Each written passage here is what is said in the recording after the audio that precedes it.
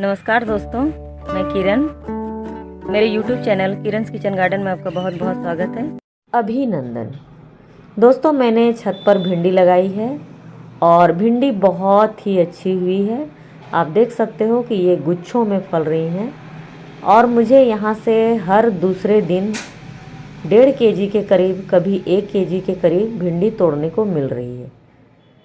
तो दोस्तों, मैंने भिंडी छत पर कैसे उगाई है, किस तरह के ग्रो बैग लिए हैं, किस तरह की मिट्टी डाली है और किस तरह के खाद उपयोग किए हैं, आज मैं उसी के बारे में आप सबों को बताने वाली हूँ। तो बहुत सिंपल तरीके से मैंने इसे उगाया है और वही तरीका मैं आप सबों को बताने वाली हूँ। तो दोस्तों, उससे पहले बता दूँ कि भिंडी सीजन में 2 बार उगाई जाती है। गर्मियों की भिंडी फरवरी मार्च में लगती हैं और बारिश की भिंडी जून जुलाई में लगती हैं। लाल भिंडी भी आती हैं, आप उन्हें भी लगा सकते हो, वो भी बहुत आसानी से लग जाती हैं और वो भी बहुत अच्छी होती हैं। मैंने गर्मियों में उसे लगाया था, वो बहुत ही अच्छी हुई थी और आप देख सकते हो ये कितनी अच्छी हुई है, गुच्छों में फल रही हैं। तो चलिए वीडियो को शुरू करते हैं और बताती हूँ कि मैंने भिंडी को किस प्रकार से लगाया है। भिंडी को लगाने के लिए देखिए हमेशा थोड़े से बड़े ग्रो बैग का इस्तेमाल करना चाहिए। तो देखिए यहाँ 24x12 के मैंने ग्रीन ग्रो बैग्स लिए हुए हैं और इसमें मैंने बहुत अधिक मात्रा में देखिए पत्ते डाल रखे हैं और ये पत्ते मैंने बाहर से मंगवाए हैं, कुछ घर के हैं, कुछ बैकयार्ड गार्डन के हैं और कुछ छत से निकले हुए पत्ते हैं। तो सभी को मैंने इस तरह से देखिए इसमें बहुत अधिक क्वांटिटी में डाल रखा है और ये कुछ ही दिनों में सड़ जाती हैं और इसके पोषक तत्व जो हैं वो पेड़ पौधों को मिलने लगती हैं और पूरे 1 सीज़न के बाद ये पूरी तरह से सड़ जाती हैं और फिर जो नए सीजन के पेड़ पौधे होते हैं उनके लिए भी पोषक तत्वों से भरपूर पत्तों की खाद जो है वो नए सीजन के लिए बिल्कुल फ्री में तैयार रहती है, जिससे खाद पे खर्च कम करना होता है। तो देखिए यहाँ पुरानी मिट्टी ही ले रही हूँ भिंडी को लगाने के लिए और इसे धूप में सूखने के लिए छोड़ रखा है। धूप में मिट्टी को सुखाना बहुत ज़रूरी होता है, जिससे मिट्टी फंगस मुक्त हो जाती है। और ये देखिए यहाँ ले रही हूँ थोड़ी सी गोबर की खाद और थोड़ी सी किचन कंपोस्ट, बहुत अधिक मात्रा में नहीं ली है। और ये देखिए यहाँ ली है अधजली भूसी, ये धान की भूसी है जिसे आधा जलाया हुआ है। और ये है देखिए नॉर्मल भूसी ले रही हूँ। भूसी मिलाना मिट्टी में बहुत ज़रूरी होता है, आप रेत भी मिला सकते हो, मिट्टी हल्की होती है। और ये ले रही हूँ लकड़ी की राख, और लकड़ी की राख में बहुत अधिक मात्रा में पोटेशियम होती है। और थोड़ी सी सरसों खली, थोड़ी सी नीम खली और ये ले रही हूँ थोड़ी सी साफ की फंगीसाइड, पूरे 1 पैकेट डालूंगी। और यहाँ हमारे यहाँ यही मिलती है तो मैं इसका उपयोग करती हूँ। और ये इस तरह से पूरी मिट्टी में से फैला लिया है और देखिए ये मैंने इस तरह से मिला लिया है इसे सभी चीज़ों को और इस तरह से मैंने सभी ग्रो बैग्स में इसे भर लिया है। इसके ग्रो बैग्स में मैंने मिट्टी को आधी ही रखी है क्योंकि मैं बीजों को डायरेक्ट ही बोने वाली हूँ इसमें, इसलिए इसकी मिट्टी आधी रखी है। तो देखिए यहाँ मैं इस तरह के बीजों का इस्तेमाल करती हूँ। ये हाइब्रिड बीज हैं लेकिन मैं खुले में इसे लेती हूँ और 20 रुपीज़ के मैं बीज लेकर आई थी। और ये देखिए मैं इसे भिगोने के लिए हल्दी के पानी जो है उसका उपयोग करती हूँ और हल्दी के पानी में मैं इसे 1 घंटे के करीब जो है वो भिगो कर रखूँगी, उसके बाद मैं इसका इस्तेमाल करूँगी। और देखिए इस तरह से 1 घंटे इसके हो गए हैं और इसे निकाल कर देखिए इस तरह से प्लेट में ले लिया है। और अब इसे मिट्टी में मैं डायरेक्ट ही बोने वाली हूँ। दोस्तों, मैंने जिस दिन बीज को डायरेक्ट ग्रो बैग में इस तरह से डाला उस दिन की वीडियो जो है मुझसे डिलीट हो गई, मैं माफ़ी चाहती हूँ। तो ये बोने के 15 दिनों के बाद का रिजल्ट है और देखिए ये पौधे काफ़ी बड़े हो गए हैं और मैंने एक ग्रो बैग में 6 पौधे डाले थे और सभी ग्रो बैग में देखिए इस तरह से जितने भी बीज डाले थे सभी के सभी बहुत ही अच्छे से निकल आए हैं, एक भी बीज जो है वो ख़राब नहीं हुए। तो दोस्तों देखिए यहाँ 7 की संख्या में ग्रो बैग हैं। तो आपको अगर खेतों जैसी भिंडी चाहिए तो ग्रो बैग्स की संख्या भी आपको अधिक रखनी होगी और पौधों की संख्या भी आपको अधिक रखनी होगी, तभी आपको खेतों जैसी भिंडी छत से मिल पाएगी। 1-2 की संख्या में अगर पौधे होते हैं तो उससे हमें अच्छी हार्वेस्टिंग नहीं मिलती है। अगर आपको अच्छी हार्वेस्टिंग चाहिए तो आपको भिंडी के पौधों की संख्या जो है वो थोड़ी सी अधिक मात्रा में रखनी होगी, तभी आपको बहुत ही अच्छी हार्वेस्टिंग मिलेगी। तो दोस्तों ये देखिए ये 30 दिनों के बाद का अपडेट है और 30 दिनों के बाद देखिए पौधे काफ़ी हेल्दी और काफ़ी बड़े हो गए हैं और बहुत अधिक संख्या में हैं, तो बहुत ही खूबसूरत लग रहे हैं। अब इसमें मैं खाद डालने वाली हूँ, तो खाद डालने से पहले इसकी थोड़ी सी गुड़ाई कर लेती हूँ और जो खरपतवार हैं उन्हें भी निकाल लेती हूँ। खरपतवार जो हैं उसे निकालना बहुत ज़रूरी है।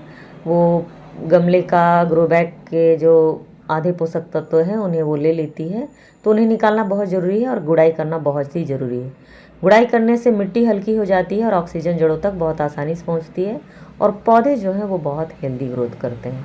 तो देखिए पहले खाद के रूप में मैं डाल रही हूँ गोबर की खाद, और गोबर की खाद की जगह आप वर्मी कंपोस्ट का भी इस्तेमाल कर सकते हो। वर्मी कंपोस्ट जो है वो भी गोबर की खाद होती है जो केंचुओं द्वारा तैयार की जाती है। तो दोनों खाद में से आप कोई भी खाद एक डाल सकते हो। मैं गोबर की खाद डाल रही हूँ।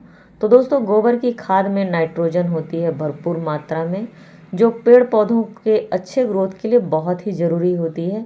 और इतने बड़े पौधे के लिए गोबर की खाद बहुत ज़रूरी है, नाइट्रोजन युक्त खाद बहुत ज़रूरी है। तो नाइट्रोजन युक्त खाद देने से इसकी पत्तियां जो हैं वो बहुत अच्छे से ग्रोथ करती हैं, पत्तियों में हरियाली आती है और ये बहुत ही हरे भरे दिखने लगते हैं।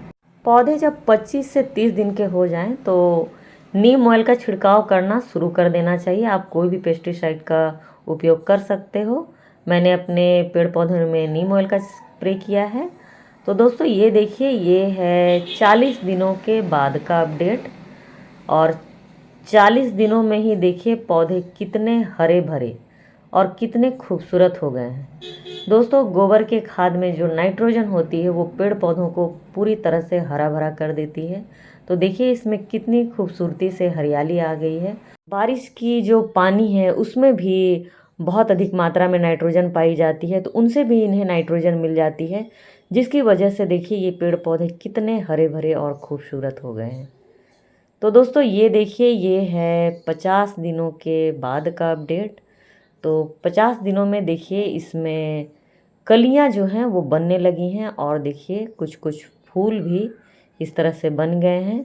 40 दिनों में इसकी कलियां जो है वो बनना शुरू कर देती हैं और 50वें दिन में देखिए इस तरह से ये पूरे तरह से खिल जाती हैं और कुछ कुछ में खिल गई हैं और इस तरह से बहुत अधिक संख्या में कलियां बनने लगी हैं और ये बहुत ही घनी हो गई है। तो देखिए मैं दिखा देती हूँ, एक फल भी देखिए ये इस तरह से तैयार हो गई है। तो जब फल तैयार होने लगती हैं तो मैं अपने पेड़ पौधों में केले के छिलके और सरसों खली की लिक्विड खाद देना शुरू करती हूँ। तो देखिए एक मग मैंने लिक्विड खाद निकाल ली है और 10 लीटर के पानी में इसे मिला रही हूँ और 10 लीटर के पानी में मिलाकर इसका उपयोग मैं अपने पेड़ पौधों में कर रही हूँ। तो चलिए इसे डालते हैं। दोस्तों मैं अपने सभी फलदार पौधों में जब उसमें फल बनने लगती हैं तो मैं सिर्फ केले के छिलके और सरसों की खली के लिक्विड खाद जो हैं उनका ही इस्तेमाल करती हूँ। जब तक उनमें फल होती रहती हैं, बनती रहती हैं, तब तक मैं इन 2 लिक्विड खादों का प्रयोग मैं अपने फलदार पौधों में भरपूर मात्रा में करती हूँ। दोस्तों ये है 60वें दिन का अपडेट और 60वें दिन में भिंडी पूरी तरह से तोड़ने के लिए तैयार हो जाती है। लगाने के 60 दिनों के बाद भिंडी के पौधे हार्वेस्टिंग देना शुरू कर देते हैं और हर दूसरे दिन ये बहुत अच्छी मात्रा में हार्वेस्टिंग देते हैं और लगभग 1 से 1.5 महीने तक इनसे बहुत ही अच्छी हार्वेस्टिंग मिलती रहती है। अगर आपके गार्डन में पौधों की संख्या थोड़ी सी अधिक है तो बहुत अच्छी हार्वेस्टिंग मिलती है। 1 महीने तक यह आपको लगातार हार्वेस्टिंग देती है और 1 महीने के बाद इसकी हार्वेस्टिंग जो है वो थोड़ी सी कम हो जाती है। तो दोस्तों मैंने अपने गार्डन में भिंडी लगाई है, पौधों की संख्या बहुत अधिक है, तो मुझे हार्वेस्टिंग भी बहुत अच्छी मात्रा में मिल रही है। तो दोस्तों बहुत ही सिंपल तरीके से भिंडी उगाने का तरीका बताया है, बहुत ही कम खर्च में, बहुत ही कम खर्च में। तो दोस्तों इस तरह से मैं अपने गार्डन में भिंडी उगाती हूँ कम खर्च में और बहुत ही सिंपल तरीके से। अगर आज की वीडियो आपको अच्छी लगी हो तो प्लीज़ इसे लाइक करें, सब्सक्राइब करें और कमेंट भी करें। मिलते हैं नेक्स्ट वीडियो में, तब तक के लिए नमस्कार।